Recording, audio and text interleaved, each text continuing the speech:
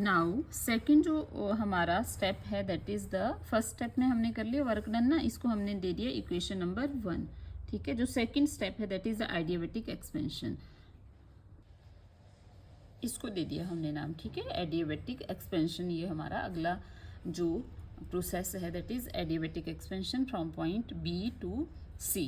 ठीक है, इसमें गैस एक्सपेंड हुई from volume V2 to V3 and temperature जो है वो फॉल हो गया फ्रॉम टेम्परेचर T2 जो सोर्स का टेम्परेचर है टू द टेम्परेचर T1 जो सिंक का टेम्परेचर है। ठीक है, फॉल क्यों हुआ? क्योंकि एडियाबेटिक एक्सपेंशन है, इसलिए Q जो है दैट इज इक्वल टू 0। ठीक है, then work done for this process. ठीक है, work done for this process that is given by, हमने पहले एक्सप्रेशन ड्राइव किए थे। ठीक है, this is not new for us, तो ये हमें याद रखने पड़ेंगे।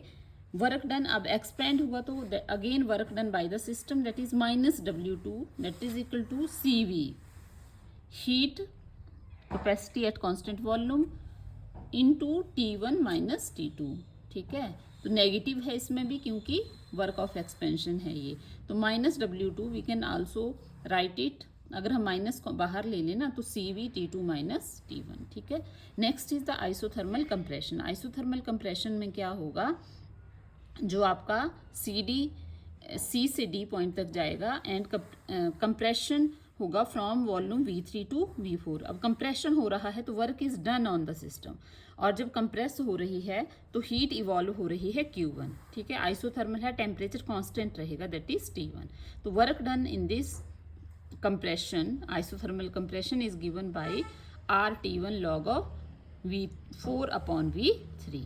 ठीक है, देन लास्ट जो इसका साइकिल है, प्रोसेस है that is, sorry not cycle but process, last process है that is the adiabatic compression from point D to A।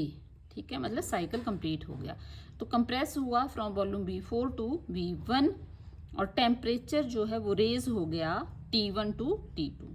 क्यों रेज हुआ? क्योंकि कोई भी हीट इसने एक्सचेंज नहीं की सिस्टम के साथ। तो total work done W4 in this process, work done in the by the system in this process that is equal to CV T2 minus T1। ठीक है, अब जब कंप्रेस हो रहा है तो वर्क डन पॉजिटिव है और जब एक्सपेंड हो रहा है तो वर्क डन नेगेटिव है।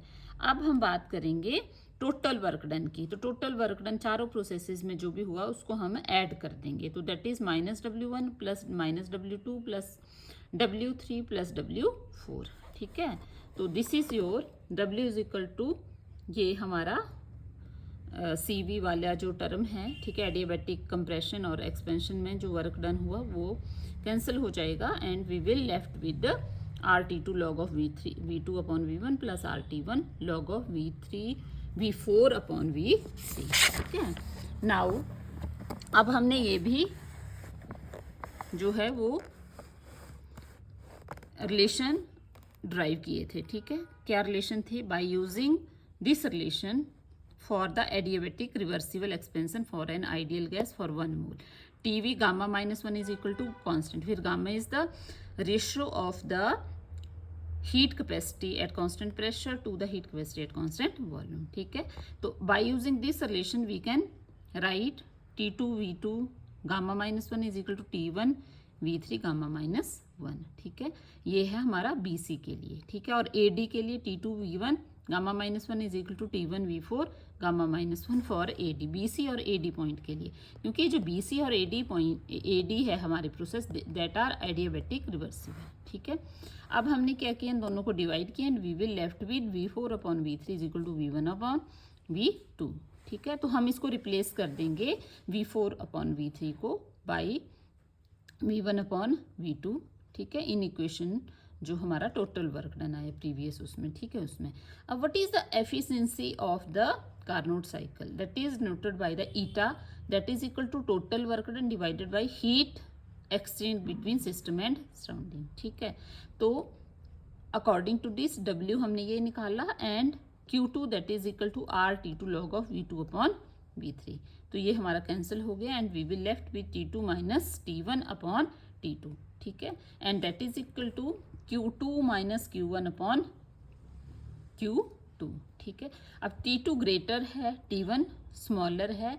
ठीक है, तो जो ऊपर वाला हमारा न्यूमिरेटर है that is greater than 1, but it is divided by T2, तो दैट मीन्स ओवरऑल जो हमारे पास ईटा की वैल्यू आएगी efficiency of the heat engine that is less than 1।